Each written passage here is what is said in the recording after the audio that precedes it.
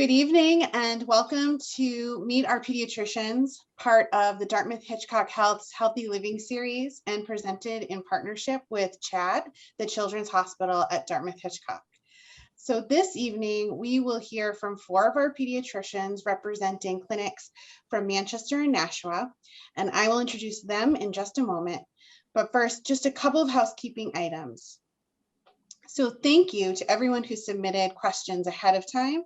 We will be working those questions into this evening's program.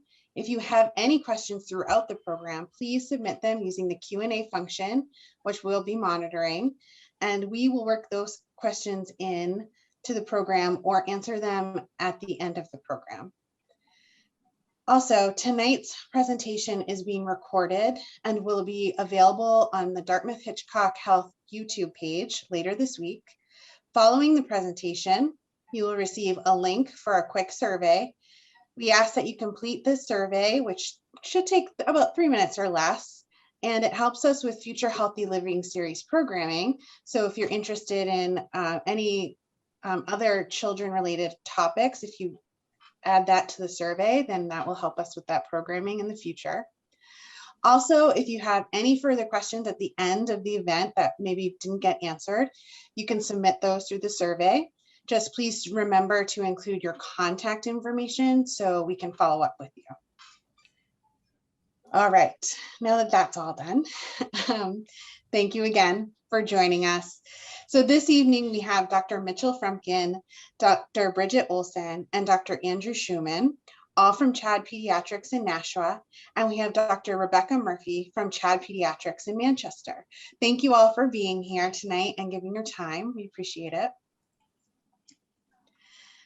So we want to just get started, I think, by introducing yourselves. So we'll start with you, Dr. Frumkin. If you can just take 2 minutes to tell us a little bit about you, why you became a pediatrician, how long you've been with CHAD Pediatrics, and really more importantly, what your philosophy of care is. Dr. Frumkin? Unmute your mic. Sorry.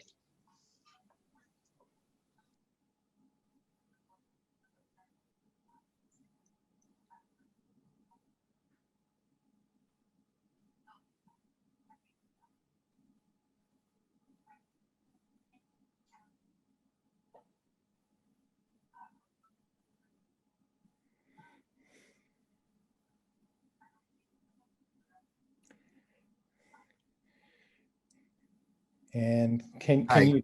Oh, Yes. Yeah, I've been a pediatrician for approximately 40 years, and I started here at CHAD in, I believe, 1984, before there was even a CHAD. So I predated the birth of the group that we're all in. I became interested in pediatrics probably when I was graduating high school and early in college, when I spent a couple of summers working with my own pediatrician who was in the forefront of developing therapeutic interventions for children with leukemia that were exposed to chickenpox or had chickenpox at the time. This was many decades before the vaccine was developed, and it was almost at that time uniformly fatal if somebody that had a pediatric cancer developed chickenpox, which was in those years rampant. And he was the developer of something at the time called zoster immune plasma, where they spun down blood samples from adults who had shingles and gave them passive immunity of the antibodies from those people and gave it to the leukemic children, ideally before they were exposed, initially when they were exposed to chickenpox, but before they actually developed any symptoms or disease. And it was from that initial research that I participated in as a student in terms of determining its efficacy and enrolling children with leukemia that it spawned the development of subsequent therapeutic interventions, including zoster immune globulin, and ultimately the chickenpox vaccine, which has now become a lifesaver. And having seen hundreds of cases of severe chickenpox leading to demise of children as well as permanent disabilities. It piqued my interest and led me to the career not only of medicine but of pediatrics directly. And my overall approach, I believe, is to always try to encourage families, particularly the guardians or parents, to realize that every child is different, and that as long as a parent is acting what they believe to be in the best interest of their own child, that no one can really do a better job than them, and that they should feel good about it, regardless of what they may or may not see other parents do, or even advice from own family members. So always know that they are doing the best for their own children, and to always feel good about that. Thanks, Dr. Frumkin. And Dr. Olsen, how about you? I've been practicing in the Nashua area as a pediatrician since 2013, but just joined Dartmouth-Nashua recently. I did do my medical school at Columbia University and my residency at Children's Hospital of Philadelphia. I think that really I became a pediatrician because I like kids. I like talking to them. They are honest, they are fun, they are interesting. And, just working with kids and their parents is a joy, and it's just like a fun adventure together very often.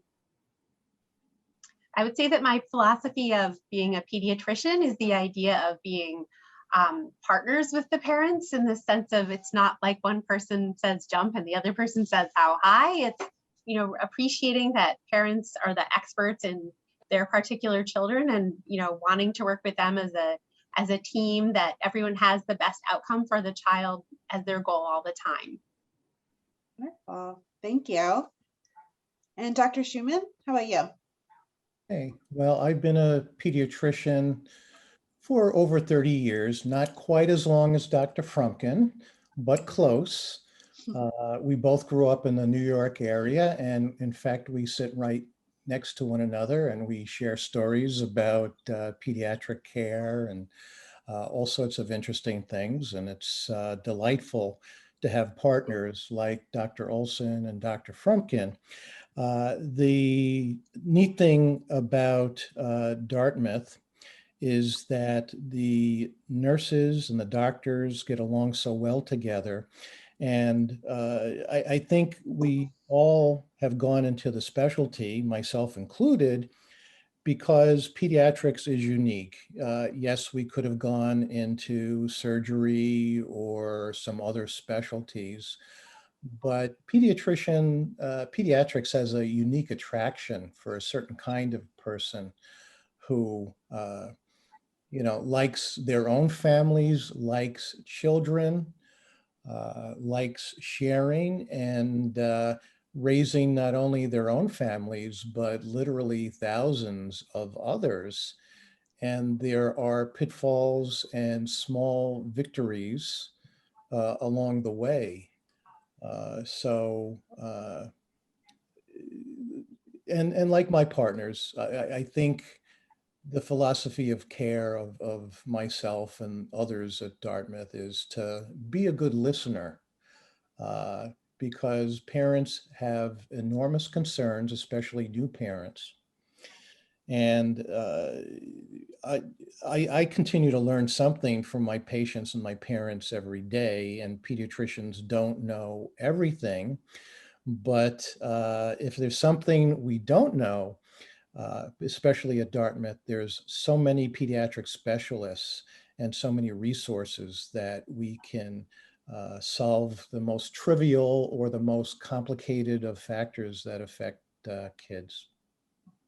Okay. Thank you, Dr. Schuman. And Dr. Murphy?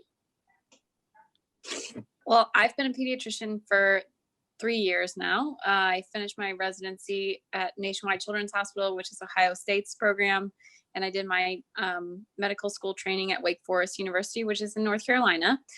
And also in that time have become a mom a couple times over.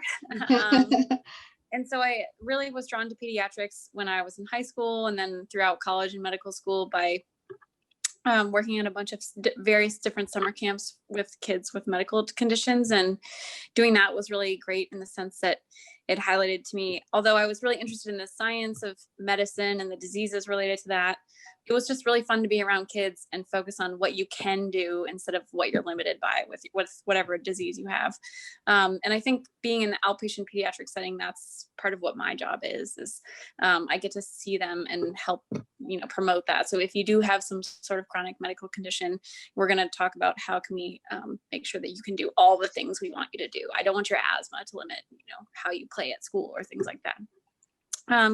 And to just kind of echo everything else that the other physicians have said, I think being a pediatrician is really great in the sense that I get to talk to babies, toddlers, teenagers, and everywhere in between. And then also, trying to teach them about the plan of action or the plan of care that we have, and incorporating the families that we have. We're all on the same team together.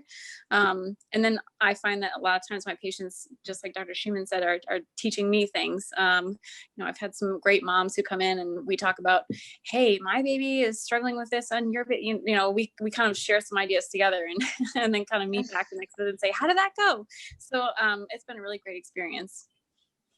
Wonderful.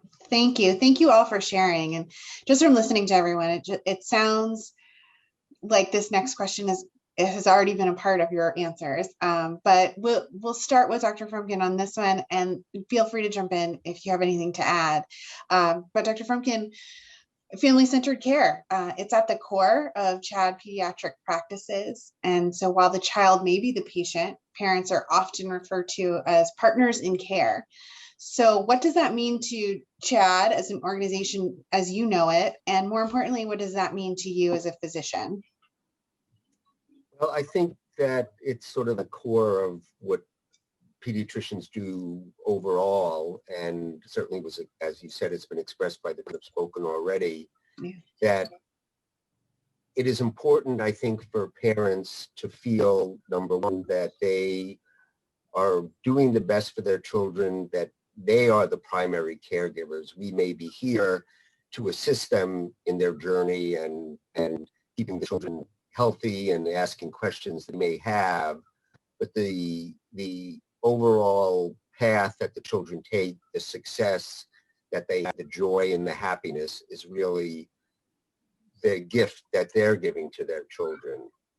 And that if resources are needed and requested, that we are always available 24 hours a day to support them and encourage them to feel that they are doing the best that anybody could do, that no one can really do better, and that when their children, when the children, even as babies, are in the office and they look at their parents, I can see how the feeling that the babies and the young children express to their parents, while it may not be apparent and not verbalized, just permeates the room, and how the children light up. And I try to encourage them to experience that and see that for what it really is. Sometimes it's very easy to get caught up in the stresses of the day and just going from place to place and hearing about other people's experiences, and as parents, that it's easy to get lost and not incur the joy that should be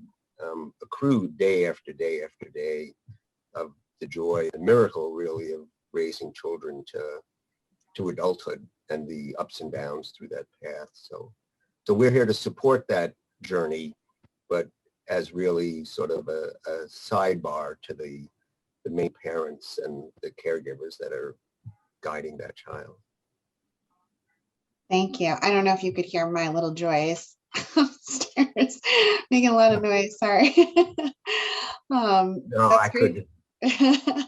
Does anybody have anything that they wanted to add to that? I think that was great. But... Well, there's this concept of the patient-centered medical home, which identifies the primary care physician as the liaison for the parent, who tries to help them navigate what has become a overwhelming and all too complicated healthcare system. So we get frustrated as pediatricians when patients can't get in and see specialists promptly. And for a variety of reasons, people are tempted to get their care at urgent care facilities, emergency rooms, where there's not adequate communication between those caregivers and the person ultimately responsible for the continued well-being of the child and the family. So I'm a big believer in that concept. And I think at Dartmouth, it's nice to be in an environment where my colleagues feel similarly, and our nurses and staff really try and make that a reality, facilitating people to get into the office. And now with a pandemic, everybody is stressed, so we understand that. Yeah. And that's why we've adapted to the pandemic, and we're doing telehealth visits. We're doing things We'll talk about that more. Yeah. necessary. So I think we're very good at what we do. Thank you. So we have many expectant families with us this evening. So we're going to try to cover as many questions about taking baby home and the appointments in the first year of baby's life. And so we'll start with Dr. Olsen. Dr. Olsen, when should a parent or caregiver enlist the services of a pediatrician for their new baby? And how can they decide what pediatrician would be the best fit for their family? Well, that's a great question to be asking now, because sometimes people don't think of it until they're actually in the delivering room, and then the nurse asks them, and who's going to be your baby's pediatrician? And they realize, oh, I should have thought about this. So it's great to be thinking about it now. And, we meet lots of parents who have really done a lot of research and, have lists of questions, and we enjoy answering those. And there are, there's lots of ways to choose a good pediatrician. A lot of people go with someone who has been someone else in their family or one of their dear friends takes their children to and they trust. We even have sometimes what we refer to as our grand patients, which is when one of our patients grows up and brings their own baby to us, which is really, the highest honor that someone can have. But I do encourage people to try to meet the person they're thinking of for their baby's pediatrician, so they can make sure that they think this person is a good fit for them as a family. And we do offer appointments that can be done by telehealth. If you are interested in talking to one of the pediatricians at Dartmouth to see if you feel like this could be a good fit for you and your family. Wonderful. Thank you. Does anyone have anything to add to that? Dr. Murphy? I would just say, some parents ask me, well, when should I schedule my first visit? And we just say, we know your babies are not going to come when they are supposed to come. They make their own schedule. So when you're at the hospital, if you have your pediatrician picked out, you can always just call our office to say, hey, we're going home today. And the doctors at the hospital say, we need to follow up tomorrow or the next day or the day after that. And our office is very accommodating and just working those newborns in. And that's the great time to meet us. Yeah, it's interesting. Over the years, pediatric practice has changed. So I know that for several years at Nashua, we no longer round at the hospital on newborn babies for a variety of reasons. Now babies are rounded by specialists called pediatric hospitalists. And I don't know if you still round in Manchester or that's no longer the case, but that's the way pediatric care has transitioned over the years. So the first opportunity we often have, unfortunately, is at the first baby visit, which is okay. But like Rebecca, I think it's nice to have parents come in to chat and see what their concerns are, but that doesn't happen often enough. So, and like anything else, in any relationship, there are different personalities involved. I've never nursed a baby. I never plan to, but I know a lot about nursing, and we have lactation consultants we can employ or utilize to help educate parents. Each pediatrician has their own interests and strengths and weaknesses. In our particular practice, our lady pediatricians, I don't know if that's politically correct these days, but I don't know what is or isn't, take care of adolescent girls and do birth control and so forth. And, male pediatricians have other interests. I myself like to take care of kids with ADHD and mental health, and we're all versatile. And the thing is, if things don't work out as an Eddie relationship, you can always switch from one pediatrician to another. We're not going to be offended by that. We're very sympathetic and understanding. So it's important for parents to realize that. Great. So, Dr. Frumkin, could you talk a little bit about the well child visits in the first year? How many visits are there? How long are they? And how should parents and caregivers be prepared for those appointments? Sure. As other people have said, the practice of pediatric has changed quite a bit, and the overall guidelines presently are that a newborn child after discharge from the hospital should have the first visit by another healthcare provider, a pediatric provider, within the first 48 hours for sure, and oftentimes within the first 24 hours. So, and that is number one, primarily to meet the family, and number two, to make sure that common concerns and issues that may develop in the immediate newborn period that may or may not have been apparent while the baby was in the hospital are not an issue after discharge. So the two probably more common ones that need to be assessed within that time frame are, one, jaundice, where almost all babies to some extent get a little bit yellow, but it might potentially be of concern if that level was too high, and that's something that needs to be best assessed in an in-person visit as opposed to virtually or just by the telephone. And number two, to make sure that their weight is still within the normal expectant range for a newborn child. Almost every baby after birth loses some amount of weight, and oftentimes it's very difficult to tell just by observing the baby, particularly at home, that the child has not lost so much that it may imminently become a health concern. So I think those are, generally speaking, the two primary reasons why the babies are seen initially within the first day or two.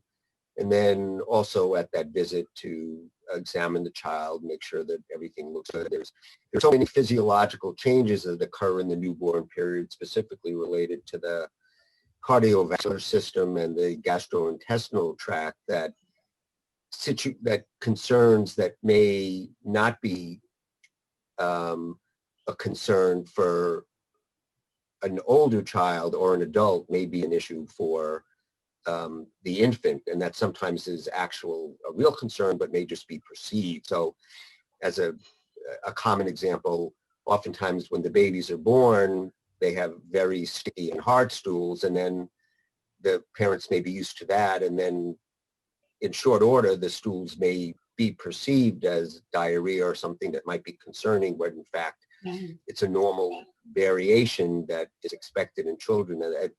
And that's just one example of many of the things that may not be known to the parents, especially first-time children, that is better explained by having an in-office visit. So generally speaking, first visit is within the first day or two, and then depending upon the situation with the baby and the level of comfort for the parents as well as the pediatric provider, the next visit is typically at about 2 weeks of age. Although, as other people have expressed, 24 hours a day, there's someone available by phone every day of the week. There can be an office visit if need be. So with 2 weeks of age, the babies are assessed to see if they're gaining weight, if the moms and the dads are comfortable with how things are going at home, and that they feel that feeding, which is oftentimes a big worry and very often a stress factor, is going along smoothly and everybody is content at home, the baby as well as the parents. And probably 50 to 70% of babies have regained their birth weight by 2 weeks of age. And that obviously is a fair percentage which have not. So if things are going along very well, the weight's improving and they're close to the birth weight or past the birth weight and no concerns are expressed and by either the care provider or the family, then the next routine visit, which would be the first visit at which immunizations at our office are recommended and given, would be at 2 months. And then there are different schedules done in different offices through the country, but generally speaking, there's uniformity and unanimity in the approach of the different pediatric offices through Hitchcock. And so there are vaccines given at 2 months, 4 months, which is the visit after 2 months, and then 6 months. And then again, if all is going well at each of those visits, and at each visit, the baby's examined, the parents are encouraged to express all their concerns and questions and come in with, years ago it was handwritten questions that they might have of concerns. Now most people save them on their phones and come with questions and concerns. And so we try to address all of them as much as possible at that visit, but certainly are willing to do it even at additional times beyond that. And we usually discuss the different milestones that would be expected at certain ages and reassure parents who may be seeing other babies that they are aware of that are about the same age, that all babies are different, that the fact some other baby seems to be reaching a milestone at a younger age than their own baby is not in and of itself necessarily cause for concern. Right. And if all's going well, then the next visit is at 9 months, where typically vaccinations are not given as it happens to be the flu season. And we do recommend flu vaccinations for all infants 6 months and older. It's not licensed for under 6 months. So if the 9-month visit is at a time of the year when the flu vaccine is off, we would do it then. And then the next visit would be at 12 months of age. And certainly in between, we're always available through the MyDH, which is working fantastic. Parents can send in questions, concerns, and get them answered the same day, essentially in a short period of time. So as I said before, we're there to support them, encourage them, reassure them, and always be available. Great, thank you. And thank you for touching on the vaccinations, because Dr. Schuman, I wanted to ask you, we had a couple questions about vaccinations. So why are there so many vaccinations? And what is a typical schedule, which we've actually just gone over, but would there be any reason for there to be exceptions to that schedule? We have a organization called the American Academy of Pediatrics, which the members of the American Academy of Pediatrics number something like 60,000 pediatricians. And they've come up with numerous guidelines to help pediatricians practice good medicine. So they and other organizations have made specific recommendations for which vaccines are given at an appropriate time. I'm not going to go into any great detail because it's very confusing and very nuanced, but like Dr. Frumkin, it's interesting because when you've been in pediatric medicine for a long time, you can look back and see what medicine was 2 decades ago, 3 decades ago, and it is so much better now because of vaccinations. And unfortunately, there's too much misinformation on the internet. So I always refer people to reliable sources on the internet. The Academy of Pediatrics has healthychildren.org, which is very good advice. vetted advice, evidence-based advice. Centers for Disease Control as well, not only is involved in pandemics, but also in things like screening for common conditions. So one has to be careful as a parent to choose what they listen to.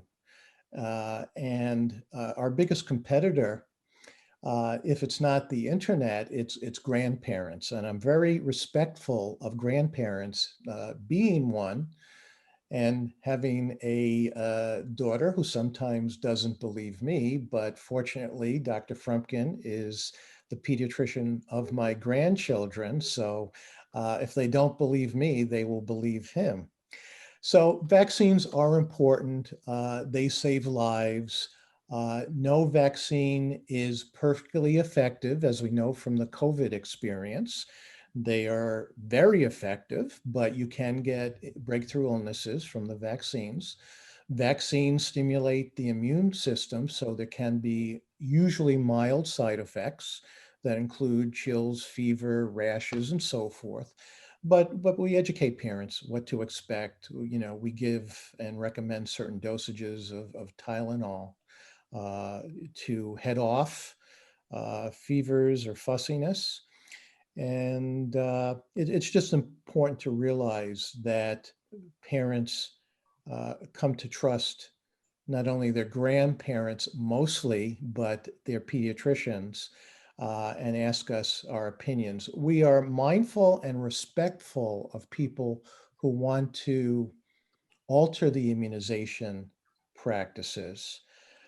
Different pediatricians and different practices have different philosophies. Some don't accept patients who do not vaccinate at all because they feel it's dangerous by doing that. But at Dartmouth, we do accept people who don't vaccinate, and we are accommodating to people who want to vaccinate on a different schedule.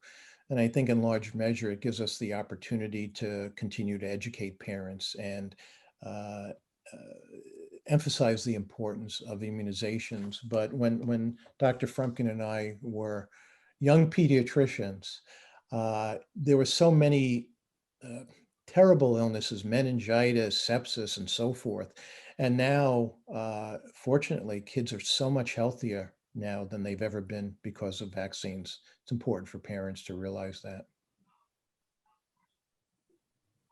Thank you.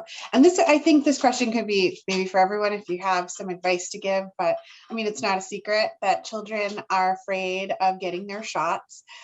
So what can parents do to help their pediatrician when it comes time to get that needle poke? Well, even starting from the get-go at that first 2-month vaccine, or even in the newborn nursery when the baby gets their first hepatitis B vaccine, I encourage moms who are nursing to nurse their baby after, or I offer the room to a parent, excuse me, to nurse or feed their baby after as a way to sort of comfort them and soothe them. So for nursing mamas, when you're doing those vaccines in the first year of life, that's definitely something you can offer to your baby afterwards. And then as children get older, I think one, just talking to them about like, these are some things we do to help make you healthy. And then for some kids who have extreme hesitation or nervousness related to the vaccines, we actually in our office have child life members whose job, they have the greatest job ever. Their job is that they get to play with kids. So in our office, if we have patients who are really nervous about vaccines, or if we're having to do a procedure of some other kind, like say a child has an abscess or something that I need to drain, they can come in and really help distract the child. They have various tools to, they have something called a buzzy, I think it's called a buzzy bee, or it basically provides some vibration in the arm that helps to, distract from the needle injection. And our MAs are also wonderful. They're used to giving vaccines to kids. And so we do things like sometimes when they come in for visits, the child's due for multiple vaccines.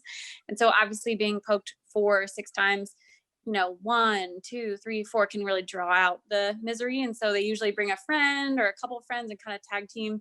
So it's like, okay, we're going to do them in both your arms at the same time, 1, 2, 3. And that really helps to reduce the level of anxiety. And I also lastly will say for some kids, especially I find the 10-year-olds who's just like have a lot of anxiety related to the vaccines, I also offer to them, hey, if you ever come in and you decide, I just want to get them over with, and then I'm going to be able to talk and do this visit a lot easier, then we always can offer that too, as opposed to sitting and thinking about it for the whole visit and waiting until the end. Sometimes that kid is really hard for us to talk to because they're just so worried about what's coming up. And so that's another option as well. Yeah, one of the things I've observed is it's one of those necessary evils in the world until such time that we figure out how to give painless shots or give or administer vaccines in different ways.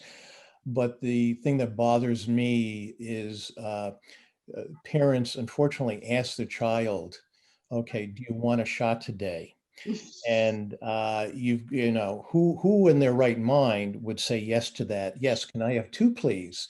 So it's one of the things that they need to understand at their level, the importance of being vaccinated, although it's a difficult concept. It's over quickly. And I agree with Rebecca that even in some situations, you can give the vaccines even before the pediatrician comes in the room. So before they know it, they get their vaccines, the trauma's over, and we move on to other things. So part of it is just not making a big deal about it. And it's just, you know, part of going to the doctor. There's good stuff like stickers, and there's necessary things like the vaccines, but we don't give it out of malice. We give it because we care about the family and about the child. Yeah. Yeah, I know. Sorry, I thought of one more thing. Oh, go ahead. I during the flu season, I think another way that we help reduce anxiety a lot is making it a family affair. So for parents who come into our office during flu season, if they are a Dartmouth patient and they have siblings in the room who are also Dartmouth patients, we can vaccinate everyone. And so sometimes that helps a lot if parents are like, yep, I'm getting mine too. And we all kind of line up. And I think it's another opportunity to talk to your kids about vaccines now that the COVID vaccines are rolling out for adult parents. I think talking to them about why you want to get your vaccine as a way to protect your family and your loved ones, I think is another way to have a great discussion promoting vaccines. Yeah, that's all great. Yeah, I have a 7-year-old, and it's an interesting generation because she's had now 2 COVID tests where it's the thing up the nose. And I was like, would you rather get a shot or would you rather get a COVID test? And she's like, I want a shot. I want a shot. So I think we're going to probably see a lot of kids who are like, oh, this is nothing. This is easy. So thank you for talking a little bit about that. And Dr. Murphy, you had just touched upon a little bit about nursing and nursing mothers and feeding your baby.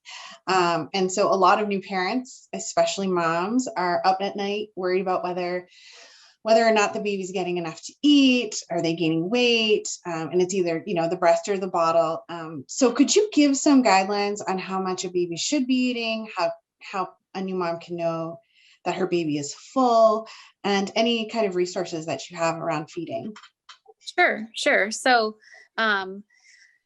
that's one thing that we check in frequently with those newborn visits. And so making sure before you go home from the hospital that you have a great plan with the pediatrician that saw you in the hospital, but also making sure I tell moms, and when I still round in the hospital, so when I'm there, I tell mamas, use your army while you're here. So the lactation consultants are in the hospital, as well as the labor and delivery nurses, and then the women who take care, or the nurses who are on the postpartum floor, are so experienced with helping breastfeeding mamas or moms. You know, feeding a baby a bottle is not something that many of us have ever done before. We've had children, and that's something we have to learn too. And so they'll teach you about feeding cues. When is your baby hungry?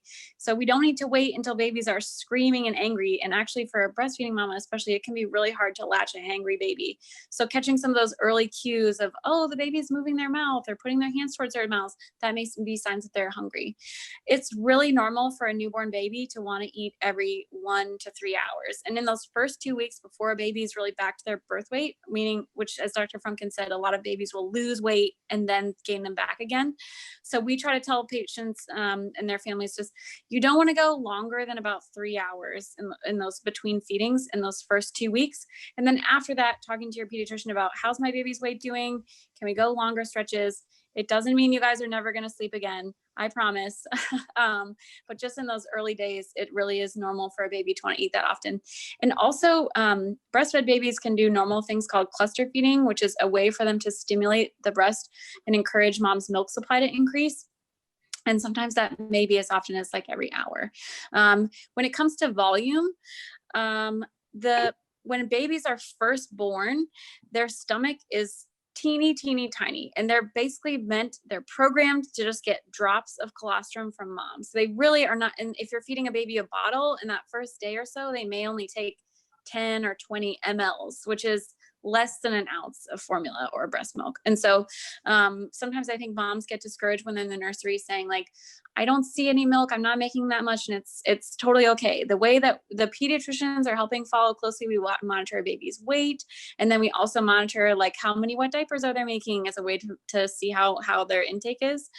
A great rule of thumb when you go home and in the hospital to think about is I expect the same number of wet diapers that a baby has for how many days old they are in those first 5 days. So in your first day, you only have to pee one time. And then after that, it's just 2 per day. And I think that helps reassure parents in those first early days of, am I getting enough? Is my baby getting enough?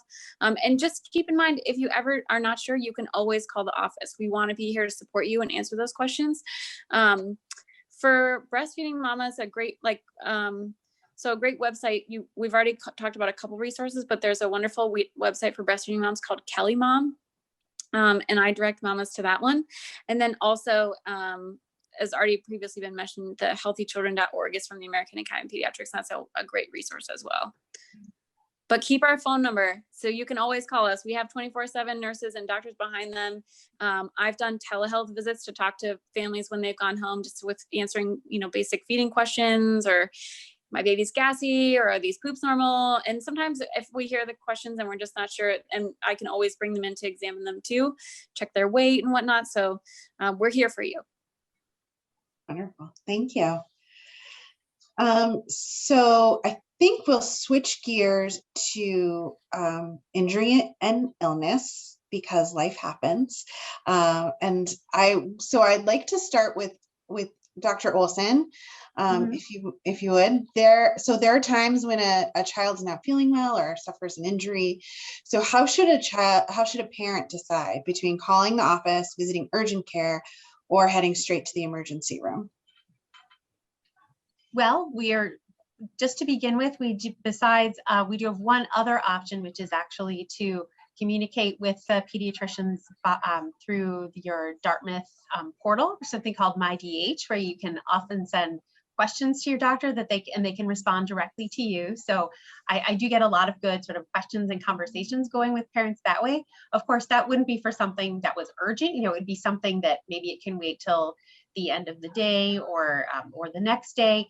But it still is a really good resource, I find, just to, when you want to ask the question that's on your mind about your child, but maybe without having to go through a whole game of phone tag or anything like that. So that is useful. So the most important rule of thumb, I would say, is to follow your parent instinct. If you're looking at your child and you're really, really worried about them and you really don't feel like this can wait, then you should respect that. And you should bring your child in to be seen right away, whether that is, sometimes we very often do have same day sick appointments available. I mean, well, we have them every day, but we have multiple providers here in the office. So I don't think it would ever happen that someone was sick that couldn't be seen that day. Again, if you felt like, no, this is something that really can't wait, I need to go to the emergency room, then I do always think that you should respect that parent gut that you've been blessed with. Having said that, we of course have been struggling with trying to balance the needs of our sick patients with not wanting to expose healthy patients during the COVID pandemic. And so the way we have that set up right now is that we do save part of our office facilities for, well baby visits or well kid visits, not wanting to expose them or their parents to sickness. And then in a different part of the building where I can, run down to a lower floor and see them anytime. And I just did that earlier today. We do have patients who are sick and could be contagious. So they're tested while they're here. They get seen, they get to see their regular pediatrician if they choose that. And we're hoping that, as we move toward a stage of everyone getting vaccinated or getting closer to herd immunity, that maybe we'll be able to reintegrate, but we do, I am very happy with the fact that we're able to see both our sick and our well patients on a regular basis here. And I would just echo that in Manchester, we have a pretty similar setup, and we have a different part of the facility where parents drive up and call when they're here, and their patients come in through a side entrance. So they're not coming into the waiting room where our healthy babies are. So we have physical separation as well with the well and sick children. Mm-hmm.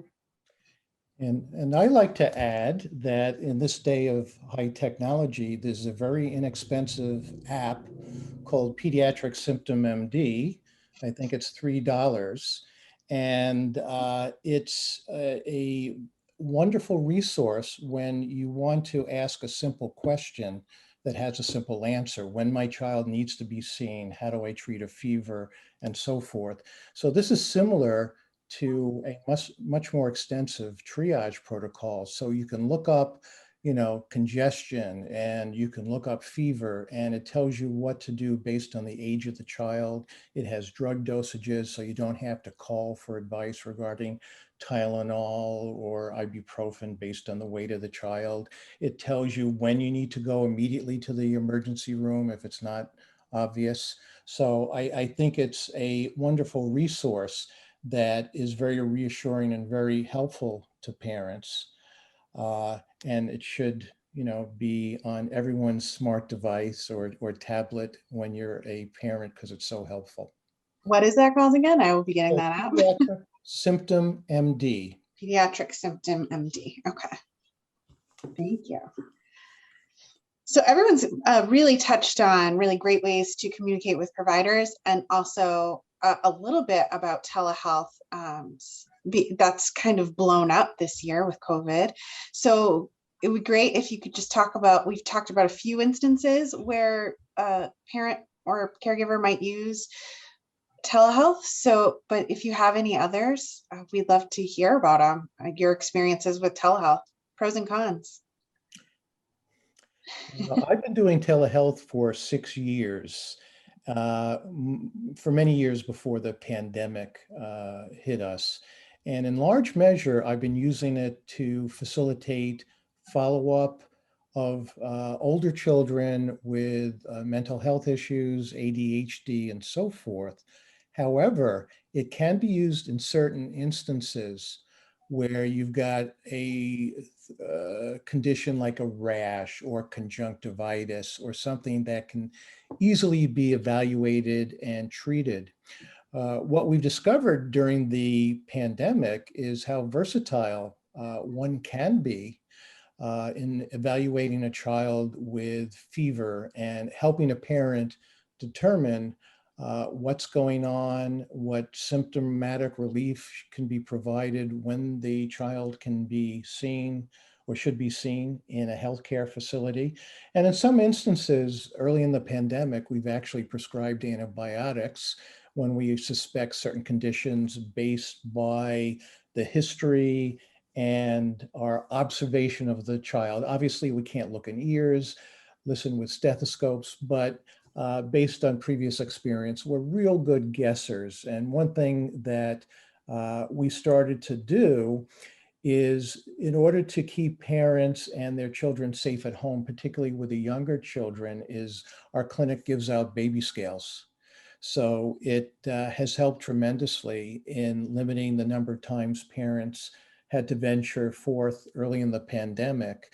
We're still utilizing them, and it saves visits because it's a hassle to get your young child bundled up, and the scales are very accurate. And as mentioned previously, when you question whether the child or infant is gaining weight appropriately, the baby scale is of enormous help.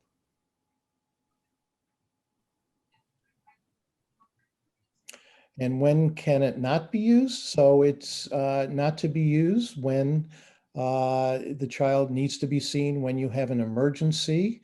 When we say, no, I'm sorry, your child is ill, we need to see your child right away. It's a judgment call. And I understand that parents don't like to venture forth. Going to emergency rooms require a lot of patience, a lot of waiting, but sometimes that's the best place to have a sick child evaluated because they've got the resources they need. Sometimes you need to do blood tests and x-rays and so forth, and it's not always obvious to a parent. So telehealth can be used to triage kids, whether it's done by nurses or by pediatricians. So a lot of advantages. That it is paid for by insurance, so you shouldn't be fearful of using it. The biggest hassle is bandwidth limitations and connecting. There are different apps that we use to make it easy to connect and communicate with a parent. Right. Thank Can you. I add one other just limitation to telehealth, which is, Sure. so at least right now, one issue is we have to be located in the same state that you are, which has been a little disappointing to me because, no more can I be seeing, people who are, at Disney World and they, they need to talk to their pediatrician. So although we do love to connect with people and try to be helpful over distance, just do keep that in mind, at least legally at this point, we have to be in the same state that you are. Oh, that's good to know. Yeah, thank you. So I wanted to start. Oh, Dr. Murphy, did you have something to add? Oh, I was just going to give a few more examples of how we've utilized sure. telehealth. So in addition to some of the mental health stuff, I've also used telehealth to manage constipation. We could do contraception as telehealth sometimes. Another feature that's really nice of the MyDH portal, where I have found technology to be really helpful, is with rashes. So, parents take pictures on their phone and then send us attachments. And sometimes we're able to do rashes over the phone. And then I will say the limitations are sometimes if I look at the picture and just say, I really need to see that in person. As Dr. Schuman said, like sometimes when we hear how your baby's doing, I'm thinking of a couple different things that I have to make sure I'm not missing. And sometimes just seeing your child in person really is the best way for me to care for them. Thank you. In general, the approach is that if it's likely to be something that is not, doesn't necessitate an actual hands-on physical examination, it's in most situations going to be amenable to a telehealth visit. More likely the older the child is, because more likely to be able to communicate what they're feeling and relaying that information to the provider or the parent. Right. Thank you. So we've talked a lot about little kids and babies and that first year. And so I wanted to switch gears again and talk a little bit about teen appointments. And we'll start with you, Dr. Olsen. Mm-hmm. So we have, some parents of teens who are tuning in tonight. Mm-hmm. And could you talk a little bit about teen appointments, what a parent's role is in those doctor visits as their kids get older, and when is it time to start thinking about transitioning to an adult healthcare provider? Well, of course, as teens are getting older, one thing that I stress to them and to the parents is that, you're getting more adult now, you need to take more responsibility for your own healthcare. And so ways that parents can help them to do that is to involve them actively in their own care. One part of that is that as kids get older, they do start developing a little bit more of an independent relationship with their pediatrician, where normally for part of the visit, the parent will be in the room, maybe for the physical exam and to raise their concerns and to talk about things, as a family. And then for part of the visit, the teenager very often will want to be on their own and be talking with a pediatrician by themselves, and that's a healthy thing for them. It shows that they're becoming independent and taking more responsibility for themselves. Once children do get over 18, it actually is necessary as they're a legal adult for them to sign paperwork allowing parents to continue to access their chart, even for things just to make appointments or refill prescriptions. So I always try to tell them about that, as oftentimes they're not very pleased either if they're at college and their parent calls for a refill and can't get it. As far as transitioning to, adult care, it really depends so much on the child and the family, I would say. some kids they're like Ross from Friends, they're 30 years old and still wanting to come to their pediatrician, and it's fun. And other people are, as they get to be more towards 18, they feel like, I'm getting to be an adult now, I'm ready to see a grown-up doctor, and we definitely respect that too. But we certainly are here for teenagers, as they finish as they get through their college years, if they do want to stay that long, we love seeing them. And it really is one of the most enjoyable parts of pediatrics, is seeing someone that you took care of as, a very young child, like growing up and becoming this full-fledged adult. Sometimes I think it is a little concerning to parents. Sometimes they're concerned to leave the room, or they may have, and we never force that on people. But a lot of times I think people are happy and proud to see their kids taking more responsibility for themselves. And most parents are really great at honoring their children's privacy, and respecting them, as a full partner in the relationship as they get older, which is great to see. Yeah, that's great. Does anyone want to add anything? No?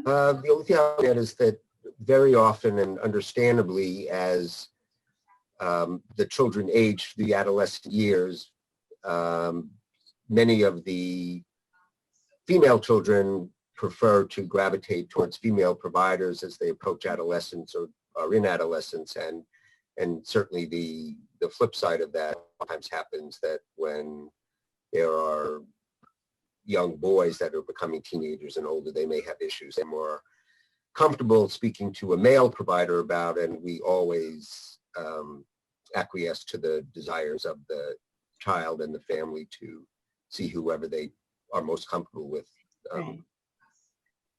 for that visit. Right. Well, thank you. So that just kind of touches upon our teens and our youth. And again, we had another great question that came in. And this one will start with you, Dr. Schuman. It's about mental health. So in the last year especially, but really always, mental health for children has been an area of concern for most parents. So when should parents reach out to their child's pediatrician with concerns? And what are some signs of mental distress that parents should be taking seriously?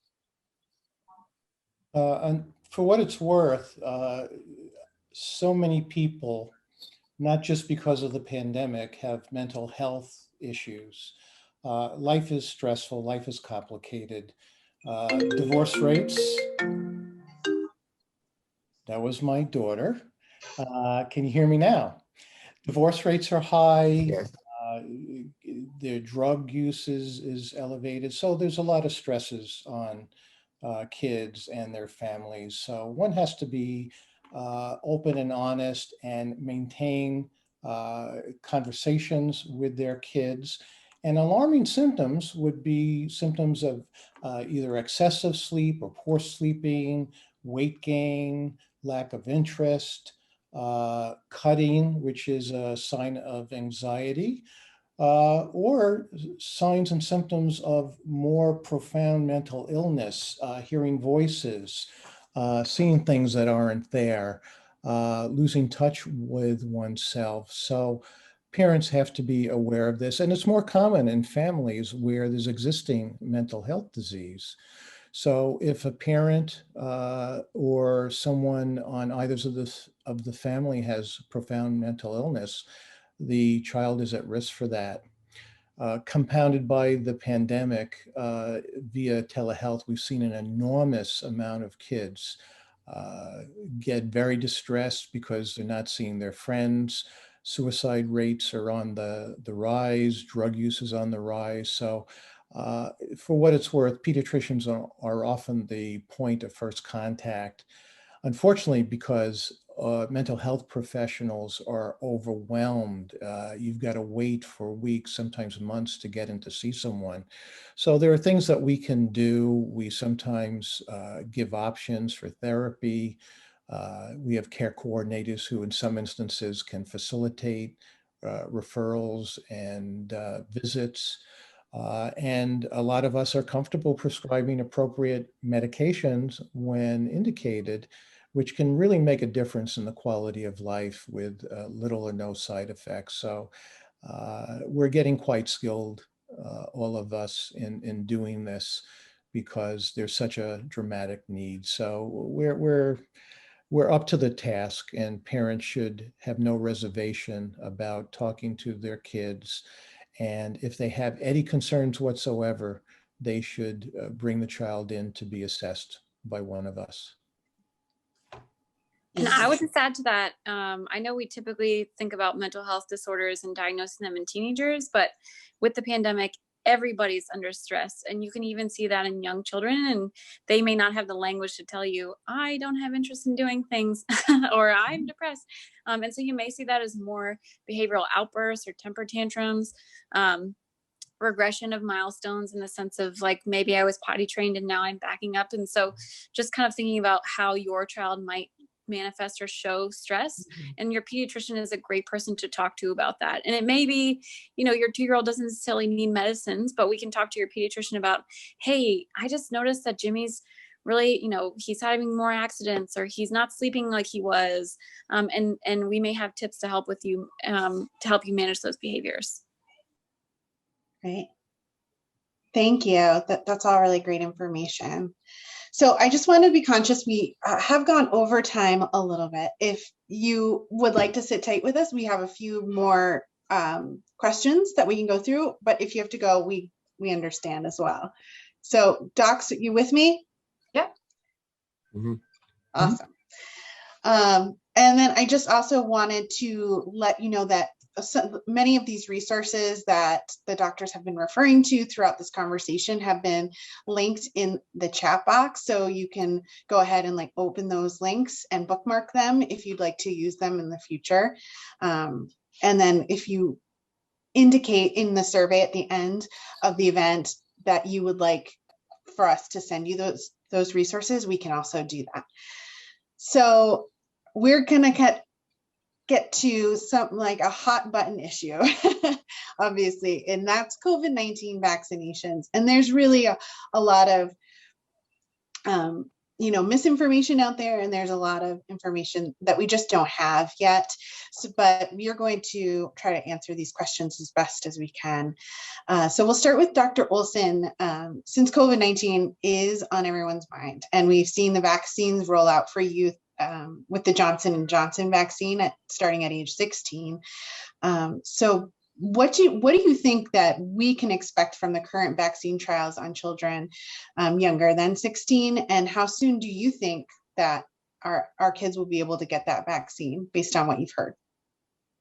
Well, just to go back for a minute, it actually is the Pfizer vaccine that is Pfizer, excuse me, sorry. For children 16 and up. But, Pfizer, along with Moderna and also just recently Johnson & Johnson, are doing trials in younger children. So, I really can't say when those will be approved for younger children because of the data that we've already had released from Pfizer on children 12 and up. I wouldn't be surprised if those were approved for use probably in the next few months, would be my guess. I think that for younger children, it will take a little bit longer, understandably, to do the studies and get the data that we need to be sure that these vaccines are safe for children, and effective, because the immune responses of young children are not always similar to the immune responses of adults. So, I wouldn't be surprised if it were not until perhaps next year that for very young children, age 6 months and up, people may not feel comfortable giving the vaccine until that time.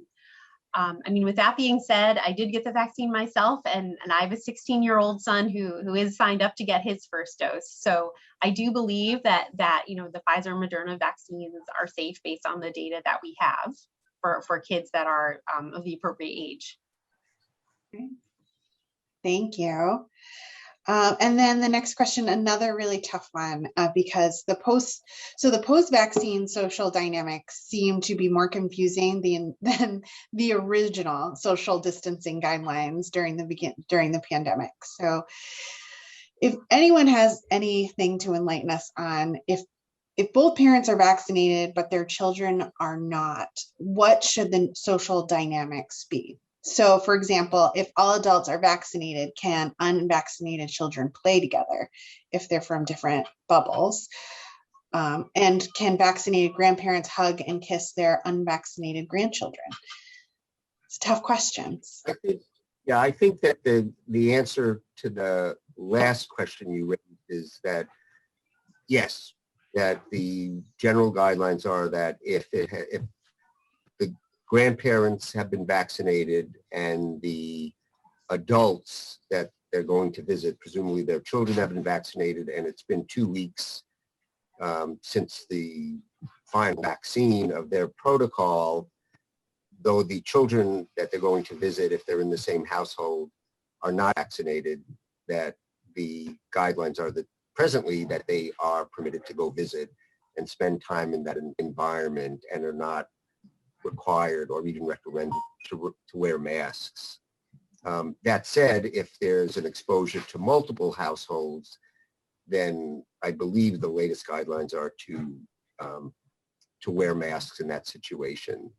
And the same thing with going out there were 2 vaccinated individuals that were now fully protected. If they were together at a restaurant, say, and not being exposed to other people in an enclosed environment and were certain 3 to 6 feet away, they could also go out. I mean, the guidelines change, as you know, day by day, and even when you hear the experts on television or on podcasts, they are not always in agreement, just like they don't agree on what the expectation is for the severity of the pandemic at the moment. But I think generally people recommend that the benefit of seeing grandchildren, if you've been vaccinated, that you haven't seen in a year, far outweighs whatever infinitesimal risk there might be of transmission in that scenario. Yeah, it's kind of interesting because one of my daughters is a COVID investigator for the state. And one thing we've learned from the pandemic is we still don't understand COVID-19 to the extent that we need to understand it. And we've seen the CDC guidelines and recommendations change, and it's still throwing us for a loop. There are new variants and so forth. So when parents ask me, we base our decisions and recommendations based on risk. It's risk assessment. So particularly if you've got ill grandparents who may have underlying medical conditions, who may be on chemo, even if they're in remission, if you expose a person to not just COVID, but any infection, you may want to be cautious and put off a visit until it's really safe to do so. Because if, again, we benefit from hugging and so forth, but as someone who's FaceTimed frequently with grandkids, there is a lot of benefit to that as well. So, you've got to weigh benefits from risks. And what people don't realize and should realize, we said before that no vaccine is perfect. And we know, and we have seen that people who have been vaccinated can get COVID. There are variants in the community. So one has to be cautious until we know a little bit more. I would feel better protecting grandparents until particularly the grandparents have received both vaccines. But again, pediatricians, like everyone else, they're opinionated and the data is somewhat muddied. So one has to make the best decisions you need to based on the risks involved. I know everyone's chomping at the bit to get back to life as normal. And I think just as was said before, there's really some risk benefit that you have to discuss and decide with your family. And part of the risk assessment may also be related to what are the rates in your community doing? And so I think being educated, New Hampshire is great. There's the New Hampshire COVID dashboard where you can check that on a regular basis and see what are the cases doing in my community, even in your county. Your schools can report out if there's cases going there.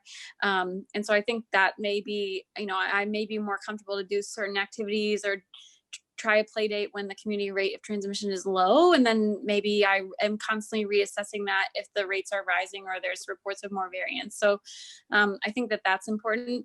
And then as the COVID vaccines roll out for older patients, in the same way that I talk to families of young children who aren't old enough to get other vaccines, like a baby who can't get a flu vaccine, or a less than 12-month-old who hasn't had their measles shot, making sure that everybody around that patient, so adults in the family or older teenagers in the family, all of them getting their vaccine is just creating this beautiful wall of protection around your baby. And you're never going to reduce that risk to zero, but you're going to do a great benefit by helping to protect them that way.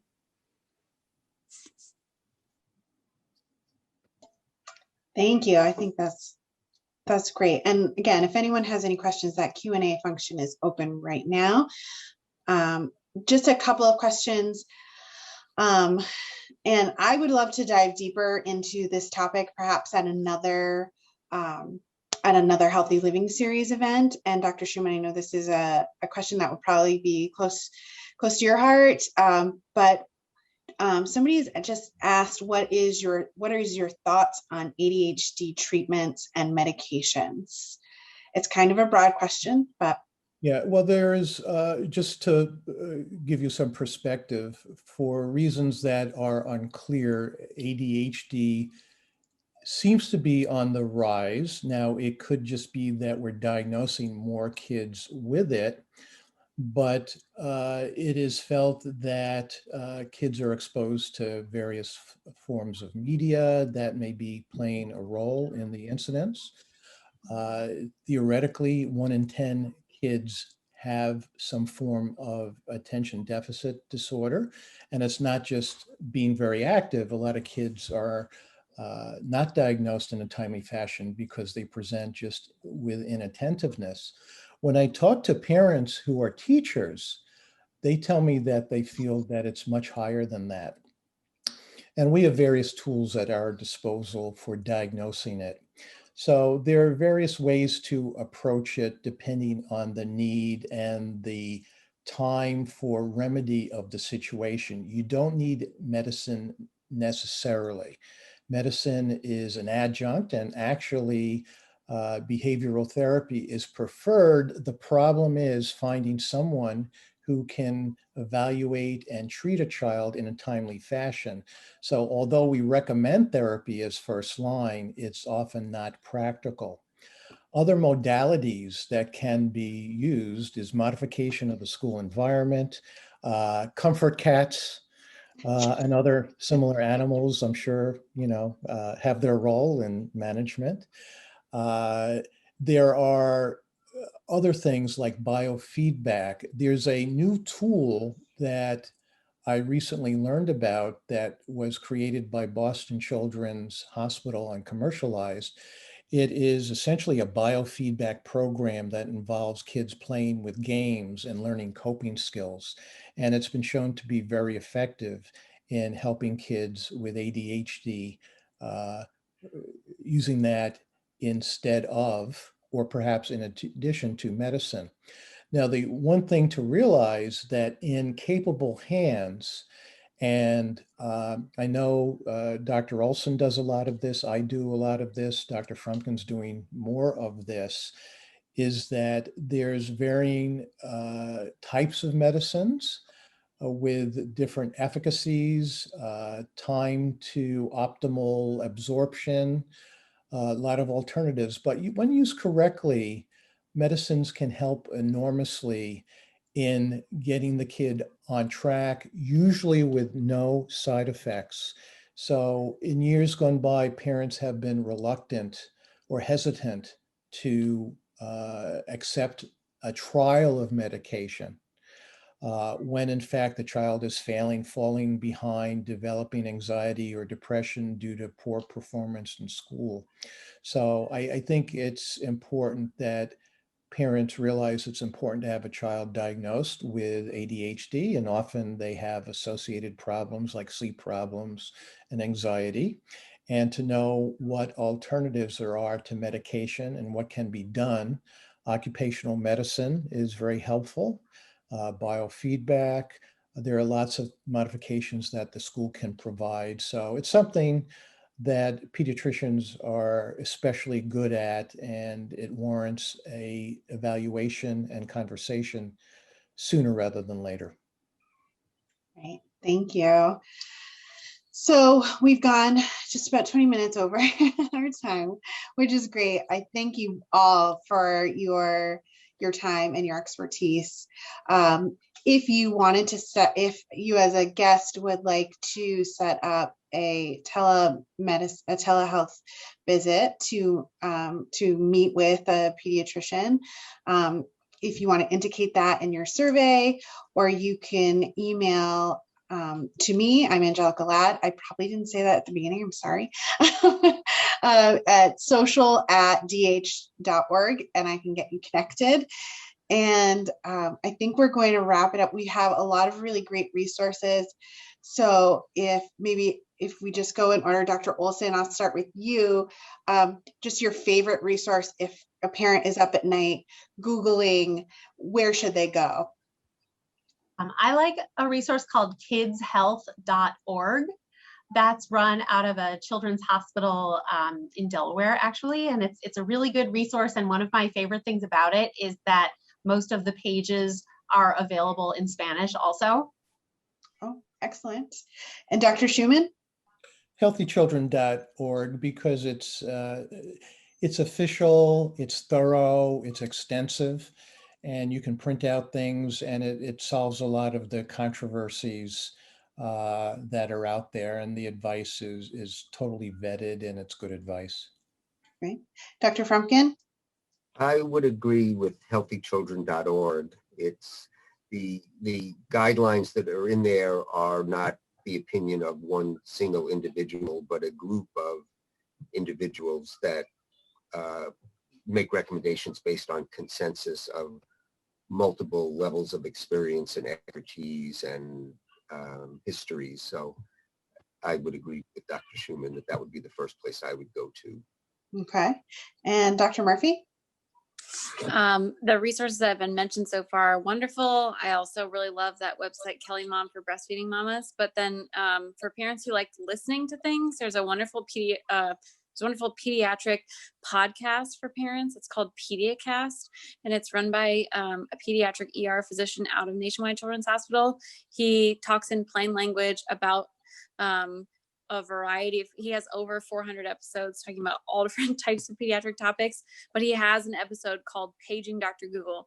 I can't remember what number it's 400, I want to say 452, but I don't know that that's for sure. But if you just look on his website, it's called Paging Dr. Google, and he specifically spent the entire episode talking about some of pediatricians' most trusted resources, because again, a lot of your questions come in the middle of the night, and to be honest, at the top of your list can always be our office phone number. We're here for you. Awesome. Well, thank you everyone for attending. Again, please fill out that survey, help us with our programming in the future. Thank you, Dr. Olsen, Dr. Schuman, Dr. Frumkin, Dr. Murphy for being with us tonight and giving us your time and your expertise. And that's it for tonight. And we hope you all have a good night and you stay healthy. Thanks. Bye-bye. Thank you. Okay, thank you so much.